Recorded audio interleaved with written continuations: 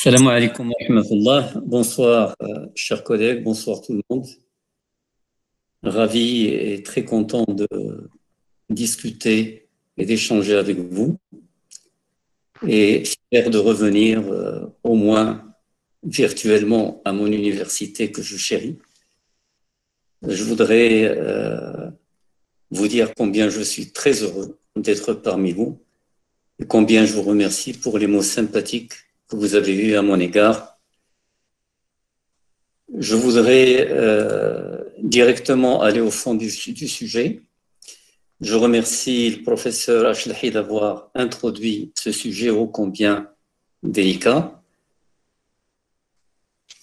Et auparavant, je voudrais adresser mes sincères remerciements au professeur Moumni, président de l'université, au professeur Kelkeb, doyen de la faculté polydisciplinaire de l'Arrache, qui sont à la fois mes amis et mes collègues, et au professeur Ashlahi, toujours, je l'ai connu très dynamique, il le reste.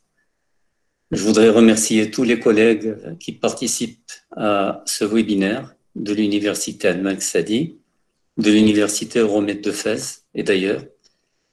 Et aussi un remerciement sincère à M. Jamil Salmi, expert de la Banque mondiale, qui a animé l'an dernier pour la faculté polydisciplinaire de l'Arrache un webinaire en présence de notre regretté, le président Si Mohamed Rami. Allah yarhamou jaddal ali ar-rahmat. Et je n'oublierai pas de remercier tous les amis qui ont bien voulu suivre ce webinaire, Sibn Jbara, Sibn Jloun, et si j'en oublie, vous m'excuserez. J'ai essayé de réfléchir quels sont les défis que nous avons à l'université en général et marocaine en particulier. Et je vais les résumer en 8 défis. Le problème de la massification, mais je le relie directement à la qualité, et en particulier de l'enseignement. Le défi des politiques d'excellence. Tout le monde a envie d'avoir une université qui tend vers l'excellence. Troisième défi, la professionnalisation, dont on parle depuis pas mal de temps. Le quatrième, l'enjeu sociétal. Le cinquième, l'internationalisation. Le sixième, l'ancrage régional, autonomie et bonne gouvernance. Et le septième, le numérique. Et enfin, je terminerai par le huitième, qui est le financement. Il n'y a pas en fait de classement, hein, je l'ai dit, je les ai classés, mais c'est en vrac. Ça ne veut pas dire qu'il y a une hiérarchie. Ces 8 défis peuvent être organisés selon 3 types. Les défis qui relèvent directement de la politique académique, donc tout ce qui est massification, qualité de l'enseignement, politique d'excellence et professionnalisation. Les défis qui tiennent aux relations extérieures de l'université, c'est-à-dire l'internationalisation, l'ancrage régional et l'enjeu sociétal. Et enfin, les défis qui relèvent de l'intendance, à savoir le numérique et le financement. Les tendances internationales aujourd'hui nous poussent à aller vers une université qui aurait ou qui a une bonne gouvernance, c'est-à-dire qui rencontre dans tout ce qu'elle fait et qui est tout le temps en relation avec des processus d'accréditation et en particulier d'évaluation. Une université qui est en face à un État qui doit modifier son rôle, passer d'un État centralisateur à un État régulateur et évaluateur. Les universités, de plus en plus, ont tendance à devenir des organisations qui adoptent le modèle de l'entreprise, c'est-à-dire qui vont être dans un univers de compétition.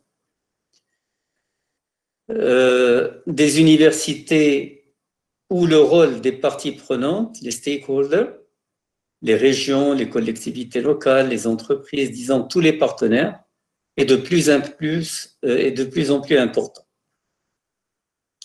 Et on voit ainsi que la plupart des universités s'inscrivent dans une logique de privatisation et dans la prestation des services pour drainer des fonds complémentaires, car les fonds de l'État diminuent de plus en plus. Et enfin, ces universités se placent dans une perspective mondiale au niveau de la formation et de la recherche. J'ai lu dernièrement un appel à idées qui a été lancé par une université européenne à ses étudiants. Et la question était, quelle est pour vous l'université de demain d'ici, mettons, à 2030? Et les réponses sont venues dans cet ordre. Les étudiants pensent beaucoup plus à une université professionnalisante, alors qu'on ne sait pas, on ne connaît pas tous les métiers de demain. Il y a beaucoup de changements. Une université qui articule sa formation autour d'un projet d'entreprise ou un projet d'entrepreneuriat social. Une université qui est flexible dans son enseignement. On imagine de plus en plus des parcours universitaires alternés, c'est-à-dire une année de cours, une année de travail, puis on revient au cours, ou bien on va en mobilité à l'étranger pour se baigner dans le multiculturalisme et pour aussi renforcer ses connaissances et, en langue étrangère telle que l'anglais. L'université de demain, disent aussi les étudiants, sera une université plus numérique, où les MOOC ou le e-learning jouera un rôle de plus en plus important. Mais le problème, quand on voit ce qui se passe chez nous au moins, les certifications délivrées, pour le moment, n'ont aucune valeur académique. Les étudiants souhaitent aussi avoir des cours disponibles sur smartphone. Et enfin, les étudiants souhaitent que l'université de demain sera une université beaucoup plus collaborative, c'est-à-dire que les étudiants travaillent ensemble et les professeurs deviennent beaucoup plus des coachs et une université plus engagée, de plus en plus engagée. Donc, on peut dire que les nouvelles missions vont changer. La première mission, c'est de créer des richesses, c'est-à-dire former des professionnels capables de répondre à des problèmes multidimensionnels, transmettre une capacité à la réflexion, au jugement, à la créativité, et on peut dire aussi trouver des processus ou des méthodes en quittant un petit peu tout ce qui est habituel, think around the box ou out of the box, c'est-à-dire sortir un petit peu de l'ordinaire. Nous sommes donc amenés à réfléchir à de nouvelles missions de l'université. On parle d'autonomie, de bonne gouvernance, de l'assurance qualité, de l'évaluation. Pour le numérique, comment transformer digitalement l'université? Comment la rendre plus responsable sociétalement? C'est-à-dire former des citoyens responsables et conscients des enjeux majeurs de la société. Comment innover sur le plan pédagogique, en particulier avec l'arrivée du numérique et en particulier en réponse à la demande des professionnels qui nécessitent ou qui demandent beaucoup plus de soft skills et des stratégies de compétences. Comment internationaliser notre université et comment avoir des recherches, en particulier dans le domaine appliqué, une recherche-développement, comment innover, comment déposer des brevets d'invention, mais une recherche qui est utile, en particulier à la région et en particulier au pays. Alors, je vais essayer, après cette introduction, de passer brièvement d'un défi à l'autre. Le défi de la massification est lié à la démocratisation de l'enseignement. Mais bien sûr, il a posé un grand problème pour nous, les universités qui ont en moyenne aujourd'hui au Maroc plus de 100 000 étudiants. Il a posé un problème de qualité de l'enseignement, en particulier dans ce qu'on appelle les établissements à accès ouvert, vu que les investissements qui accompagnent cette massification sont souvent insuffisants pour maintenir la qualité de l'enseignement au niveau souhaité. Mais quand on parle de la massification, il ne faut pas oublier que malgré tout, le Maroc est un pays qui forme peu de jeunes qui ont droit à être scolarisés dans le supérieur comparé à un certain nombre de pays.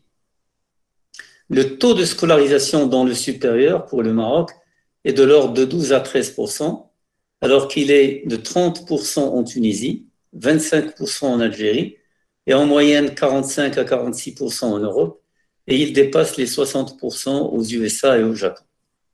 Donc, la problématique et le défi, c'est comment produire la masse critique de qualité nécessaire pour le développement du pays et des secteurs porteurs de développement. Donc, vous voyez, d'un côté, on parle de massification, et d'un autre côté, on n'a pas assez de jeunes qui méritent d'être dans l'enseignement supérieur. Ajoutez à ceci le problème de la migration des compétences. 13% des Marocains qui migrent ont un niveau d'études supérieures, en particulier des ingénieurs, des médecins, on l'a vu aussi avec la pandémie du Covid. Les statistiques montrent que 24 pays en voie de développement envoient le plus de migrants ayant un niveau d'éducation élevé. On cite par exemple la Jamaïque, le Maroc, la Tunisie, la Turquie, le Sri Lanka, etc. Mais quel est le coût économique du phénomène et quel est le manque à gagner pour ces pays? On continue malheureusement à parler au Maroc avec la massification du système régulé ou du système ouvert, comme si il y a une dualité et ceci donne matière à réfléchir. Est-ce que cela veut dire que puisque le système non régulé occupe 75% ou plus des effectifs et la notion de non régulé et de système ouvert a donc une connotation de laxisme et d'absence de discipline? On se retrouve avec un système résiduel et il s'ensuit un risque de hiérarchisation des systèmes en termes de qualité et de l'offre de formation. La question est donc comment concilier une massification de l'enseignement supérieur dans les filières dites fondamentales avec l'amélioration de la qualité. Pourquoi justement cette qualité? La qualité est nécessaire pour répondre en particulier aux besoins croissants des employeurs en compétences, pour répondre à la demande sociale des parents d'une qualité des services supérieurs, alors que les droits d'inscription ont tendance à s'accroître, en particulier dans le privé, et il ne faut pas oublier que les parents payent des impôts dont profitent évidemment les universités. Pour répondre enfin aussi, on a besoin de cette qualité pour répondre enfin à une compétition internationale. Tout à l'heure, mes collègues ont parlé dans l'introduction du phénomène de classement qui, on le veuille ou non, touche l'ensemble des universités. Et donc, par conséquent, cette compétition est nécessaire pour tous pour attirer les meilleurs étudiants, recruter les meilleurs enseignants. La qualité est quelque chose d'exigeant. Vous connaissez la roue de Deming. Il s'agit chaque fois de comparer la qualité perçue réalisée, de mesurer les coûts de la non-qualité. Et vous savez qu'on a beaucoup d'étudiants qui quittent l'université, donc c'est un coût de non-qualité. De mettre en œuvre des actions de prévention, c'est-à-dire le tutorat, aider les étudiants, etc. Et tout le temps, il faut auditer, surveiller, etc. Et bien sûr, faire de l'évaluation, de l'auto-évaluation et de l'évaluation externe. On voit ainsi que l'université est interpellée sur ces méthodes d'enseignement qui ne s'adaptent plus au niveau mode de communication et sur le profil de ses lauréats. Un changement de référentiel a eu lieu qui porte particulièrement sur les rapports à entretenir avec le savoir et avec le monde de travail. On doit réfléchir à de nouveaux modes d'acquisition et de transmission, à l'importance du collectif lors de l'apprentissage, comment travailler ensemble, faire travailler les étudiants entre eux, comment changer nos méthodes d'enseignement et comment introduire des compétences transversales telles que les soft skills. Ceci pose à la fois des défis, mais ceci aussi nous permet d'avoir des opportunités en tant qu'enseignant-chercheur. Le changement de la posture de l'enseignant qui doit s'adapter à un nouveau profil qui devient beaucoup plus un coach, quelqu'un qui aide, quelqu'un qui oriente, quelqu'un qui développe des pédagogies nouvelles centrées sur l'étudiant, qui développe beaucoup plus des filières interdisciplinaires ou multidisciplinaires, qui va avoir, bien sûr, qui va rencontrer des défis concernant à la fois sa carrière et l'équilibre entre chaque mission, l'enseignement, la recherche, les responsabilités collectives, et la question qui se pose, comment valoriser ces enseignants qui font de grands efforts pour ces nouvelles méthodes pédagogiques et qui s'y investissent, comment les valoriser, comme on valorise les enseignants qui font des travaux de recherche. Et on voit que la majorité des universités à l'étranger ne donnent pas beaucoup d'importance à ces techniques innovatives en pédagogie, mais elles mettent en exergue les travaux de recherche des enseignants, et les enseignants évoluent beaucoup plus avec leurs publications qu'avec leur enseignement. Mais il y a aussi des défis qui sont posés aux étudiants et aux enseignants. Comment amener les étudiants à endosser la co-responsabilité de leur développement de compétences? Comment les amener à intégrer la complexité et l'évolutivité des savoirs? Et comment, comme disait Sir Darahim El-Harouchi, comment les amener à apprendre de leur expérience et de celle des autres?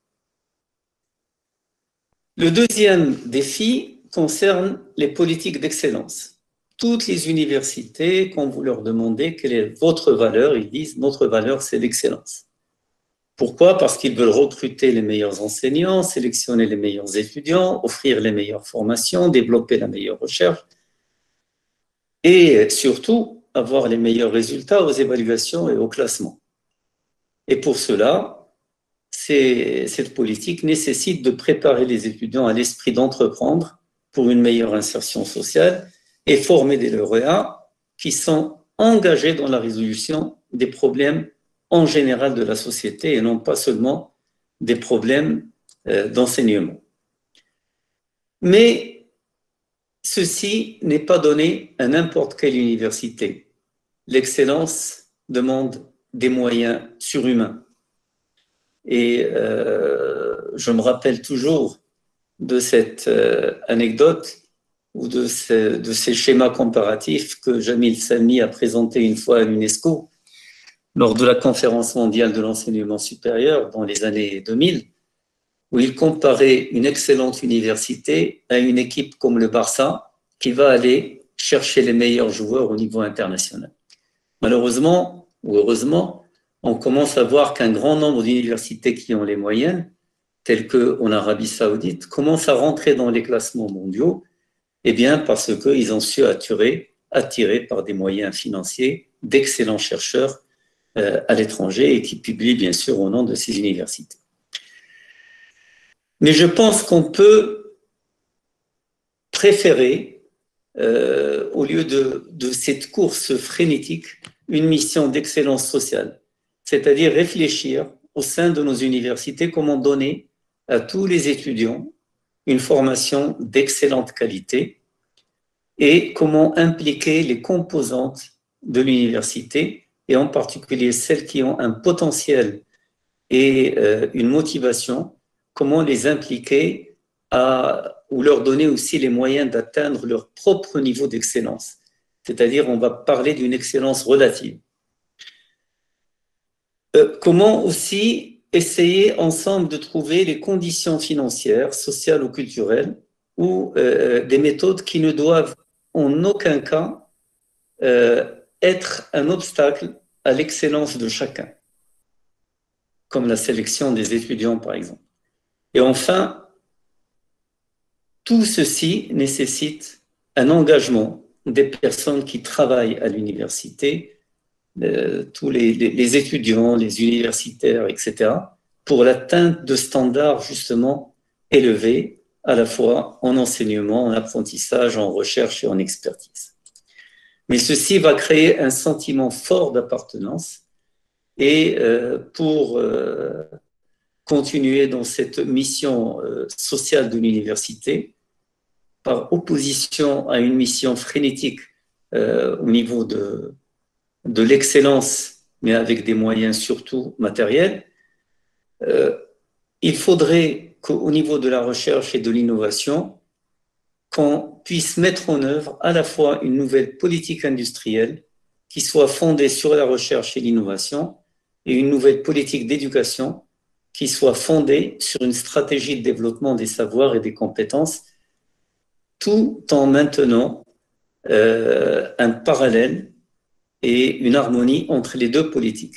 Parce qu'on voit qu'il y a beaucoup de projets industriels, notamment au Maroc, qui souvent ne font pas appel à l'enseignant-chercheur, et inversement, il y a des travaux de recherche et on nous dit, vous faites ça pour qui?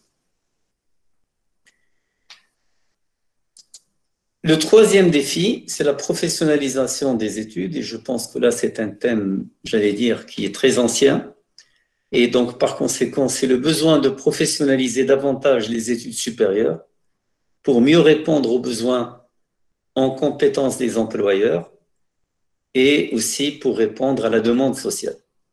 Et on a vu aussi dans l'enquête que j'ai présentée dans l'introduction que c'est un élément primordial aujourd'hui pour les étudiants. Si vous leur demandez pourquoi vous venez à l'université, ils vous disent c'est pour trouver un emploi demain. Donc, on demande de plus en plus aux universités de donner la possibilité aux étudiants d'acquérir au-delà des connaissances, des compétences aussi bien professionnelles que transversales, leur permettant d'être plus rapidement opérationnels lorsqu'ils sont recrutés. Et c'est la raison pour laquelle les stratégies dites de compétences ont été approchées, développées aussi et encouragées par de grands organismes tels que l'OCDE à partir des années 2000 et en particulier à partir du rapport de l'OCDE de 2015. Et ceci est lié en fait à la problématique pour relancer la croissance et l'emploi et préparer l'avenir pour les jeunes. Pourquoi? Pour des raisons simples. La plupart des pays, parfois aussi les pays développés, ils font face à la problématique du chômage qui est malheureusement relativement importante dans les pays en voie de développement. Les industries sur lesquelles tout le monde parie pour créer des emplois ont besoin de compétences et évidemment, elles vont aller les chercher là où elles se trouvent. Et on peut donc parler d'une guerre de talents. Et on voit bien sûr que nos ingénieurs parfois migrent et inversement, le Maroc ouvre aussi la porte à des ingénieurs étrangers et récemment, il ouvre la porte à des médecins étrangers. Quelles compétences pour le XXIe siècle? D'après le rapport de l'OCDE, savoir chercher, sélectionner, trier, évaluer et organiser l'information de manière efficace et rapide, c'est-à-dire avoir un esprit d'analyse critique en mode collaboratif, c'est-à-dire savoir travailler en équipe, de la créativité à l'innovation, et enfin, prôner une culture de questionnement et d'expérimentation. Et il n'est pas nécessaire de vous rappeler les 10 soft skills essentiels que présentent en général les grosses boîtes ou les directeurs des ressources humaines, tels que l'aspect créativité, l'aspect résolution de problèmes, l'aspect communication, l'aspect leadership, l'aspect adaptation et l'aspect surtout autonomie. Quatrième défi, l'enjeu sociétal. Aujourd'hui, il est très important de dire que dans la nouvelle mission des universités, il faut absolument inclure la responsabilité sociétale. De quoi parle-t-on? On parle d'un management éco-responsable, dynamisant les principes d'équité, de diversité, de santé et de bien-être au travail, de développement des compétences et de protection de l'environnement. C'est-à-dire, on travaille dans un monde transparent, dans un monde éthique, qui éloigne toute fraude, toute corruption et qui permet justement à tous un engagement en faveur de la qualité, de la transparence, de l'auto-évaluation. Mieux encore, cette démarche est le garant de l'amélioration de la qualité de la vie dans les campus. Et on parle de plus en plus des campus, de éco-campus ou de campus responsables sociétalement. Cette mission d'excellence sociétale est importante dans la mesure où elle œuvre à l'émancipation individuelle des étudiants, des enseignants. Elle vise à former des citoyens responsables et conscients des enjeux majeurs de la société, ô combien aujourd'hui divers et importants, le développement durable, les inégalités sociales, l'égalité femmes-hommes, la protection de l'environnement, et j'en passe. C'est-à-dire que les universités aujourd'hui ont comme défi de s'interroger sur ce qu'elles font en tant que société, ce qu'on appelle la vision interne, et sur ce qu'elles font vis-à-vis de la société, c'est-à-dire la vision externe. Je rappellerai rapidement les objectifs de développement durable.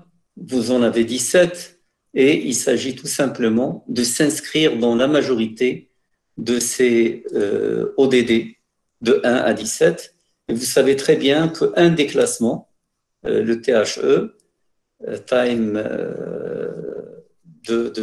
un classement donc anglais, aujourd'hui classe les universités dans ce qu'on appelle l'Impact Ranking, et c'est un plaisir de savoir que cette année, il y a 8 universités marocaines qui, justement, sont relativement bien classées dans ce classement THE Impact Ranking. Cela veut dire, je m'en félicite personnellement, qu'il y a une sensibilisation vis-à-vis de ce développement durable. Et vous savez que l'ONU a invité tous les pays et toutes les sociétés, l'université est un élément dynamique dans la société, de s'investir d'ici à 2030 pour essayer d'atteindre les objectifs de développement durable. Le 5e défi, c'est l'internationalisation. Évidemment, qu'est-ce qu'on entend par l'internationalisation? Comment travailler avec des collègues à l'étranger pour monter des doubles diplômes, pour passer une partie de son cursus à l'étranger. On parle de mobilité, d'enseignants, d'étudiants, d'administratifs aussi. Comment développer des échanges, comment publier à l'étranger ou avec des collègues étrangers. De plus en plus, cette internationalisation a commencé à toucher les pays en voie de développement, puisque on a vu que des universités étrangères créent des établissements à l'extérieur de leur pays. On voit qu'il y a des établissements, notamment, qui ont été créés au Maroc, que ce soit dans le primaire, le secondaire et de plus en plus dans le supérieur. Mais nous avons aussi une responsabilité et un défi pour l'université marocaine. Comment attirer nous-mêmes des étudiants étrangers, notamment africains, et le Maroc a une responsabilité vis-à-vis de l'Afrique. Et nous avons une politique lancée par Sa Majesté dans ce domaine qui est brillante et qui nous met un défi, donc de nous tourner un peu vers l'Afrique de plus en plus et d'attirer les meilleurs enseignants, les meilleurs étudiants africains et pourquoi pas aussi les Marocains résidant à l'étranger, et ceci nécessite des statuts encourageants. Je parlerai plutôt d'une diplomatie universitaire, comme les parlementaires parlent d'une diplomatie parlementaire. Et ceci est très important pour le rayonnement de l'université marocaine à l'étranger. Et bien sûr, comment intégrer des réseaux d'universités internationales et créer des postes de vice-président, de vice-doyen à l'international et intégrer ces réseaux qui sont aujourd'hui très dynamiques et qui permettent justement de rayonner l'université.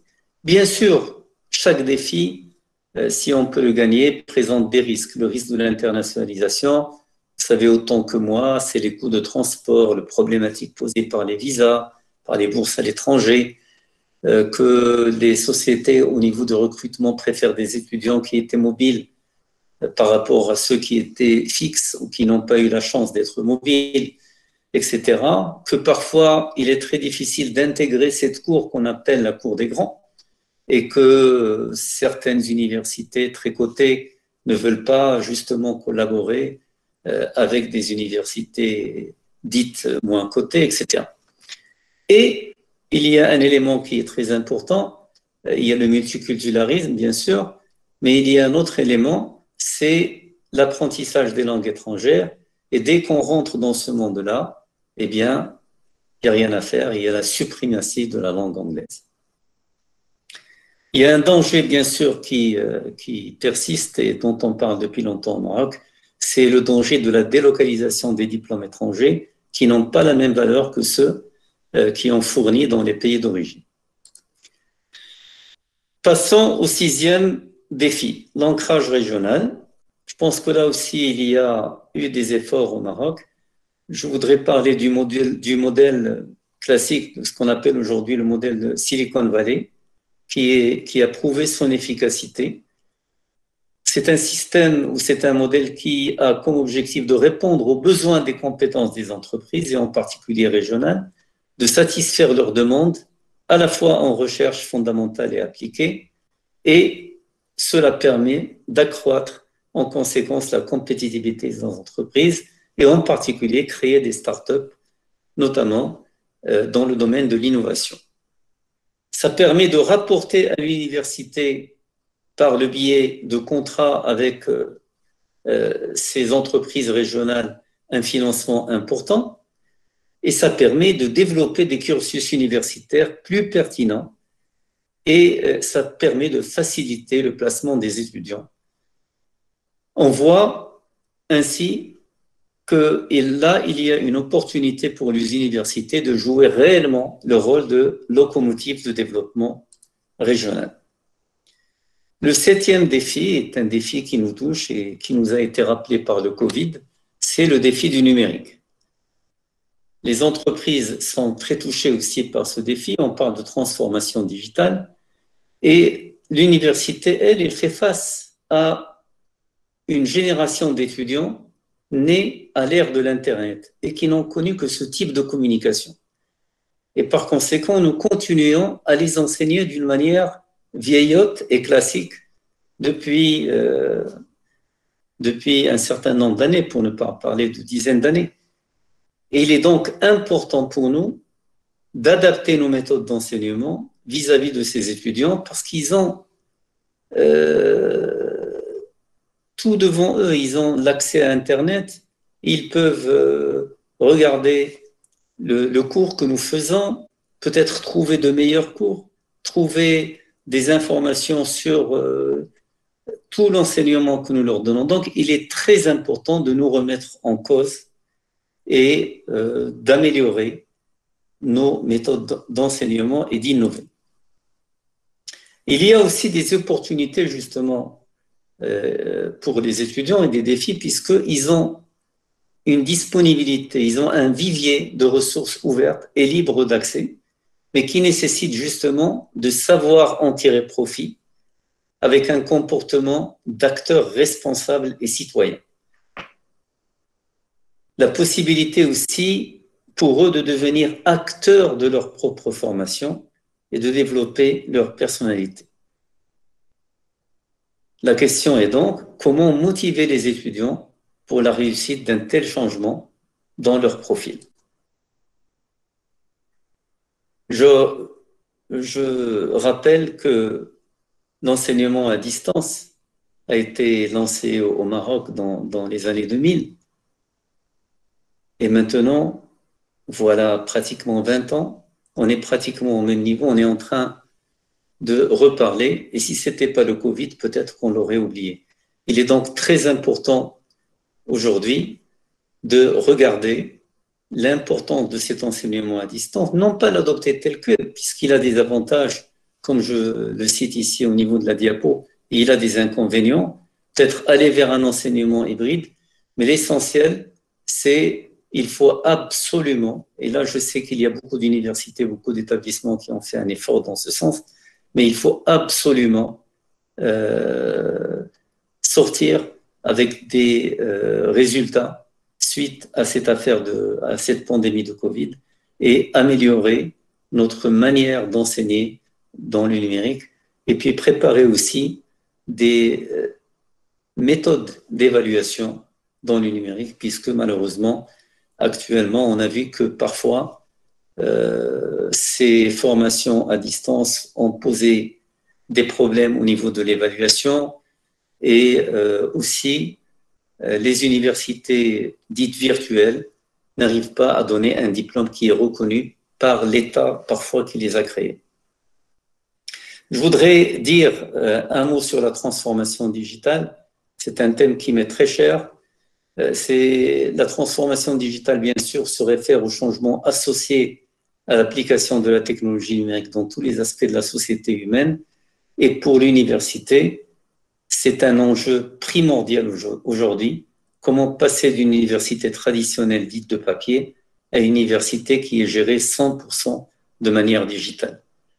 Pour cela, il est très important de batailler pour un changement culturel, pour un changement organisationnel, introduire des ERP pour la gestion de nos métiers, tout ce qui est scolarité, finances, ressources humaines, patrimoine, bibliothèque, etc.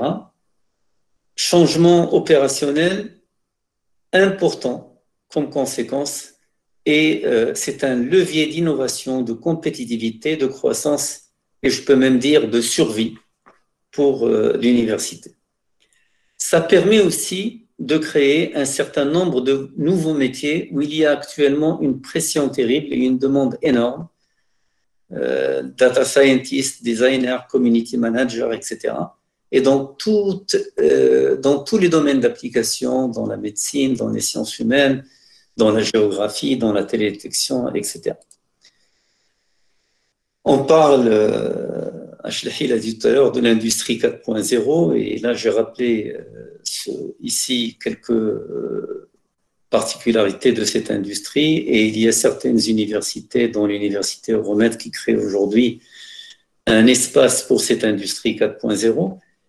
C'est très important, mais ce qui est beaucoup plus important, c'est justement de voir les applications dans des domaines très porteurs pour le Maroc, tels que l'agriculture, tels que la médecine, tels que la pharmacologie.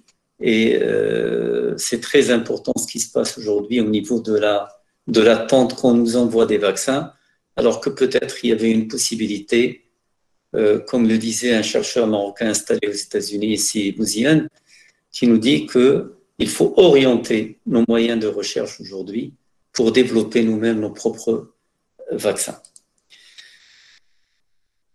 Puisqu'on parle aussi des soft skills, la littérature montre aujourd'hui que les soft skills qui sont nécessaires dans l'ère du numérique, c'est d'abord la gestion intelligente des informations numériques, la capacité à travailler en agilité, la capacité à innover avec le design thinking, et vous voyez que là, on introduit des éléments de l'intelligence artificielle, et la capacité de travailler avec les autres.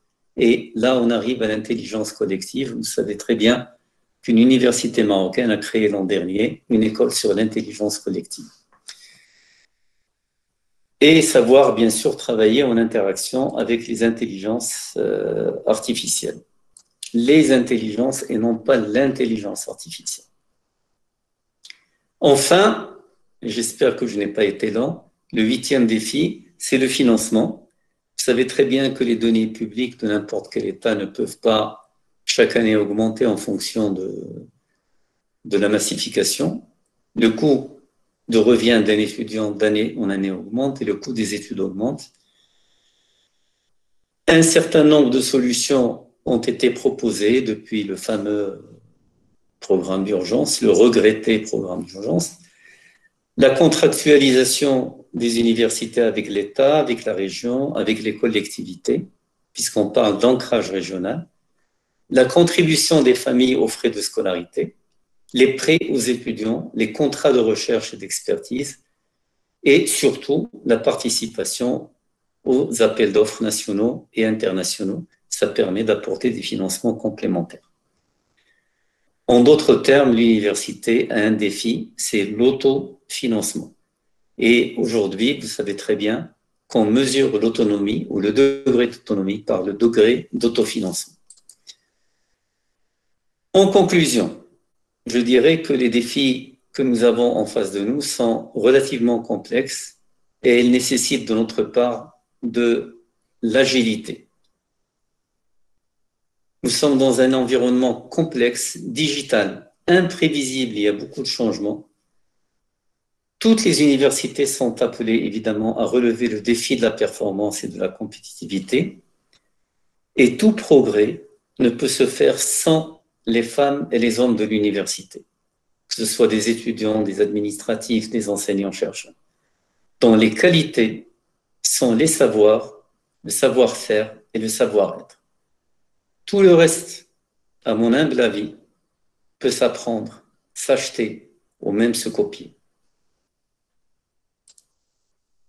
Et pour terminer, je vous invite à regarder le profil que nous visons, en particulier à l'Université Euromède, et que j'aimerais partager avec vous. Un étudiant qui multilingue, multiculturel, qui a un esprit d'entrepreneuriat, qui baigne correctement dans un environnement numérique et multimédia, qui participe à la mobilité, qui est responsable socialement, qui est un citoyen qui respecte le développement durable et qui est quelqu'un qui va développer et contribuer au développement.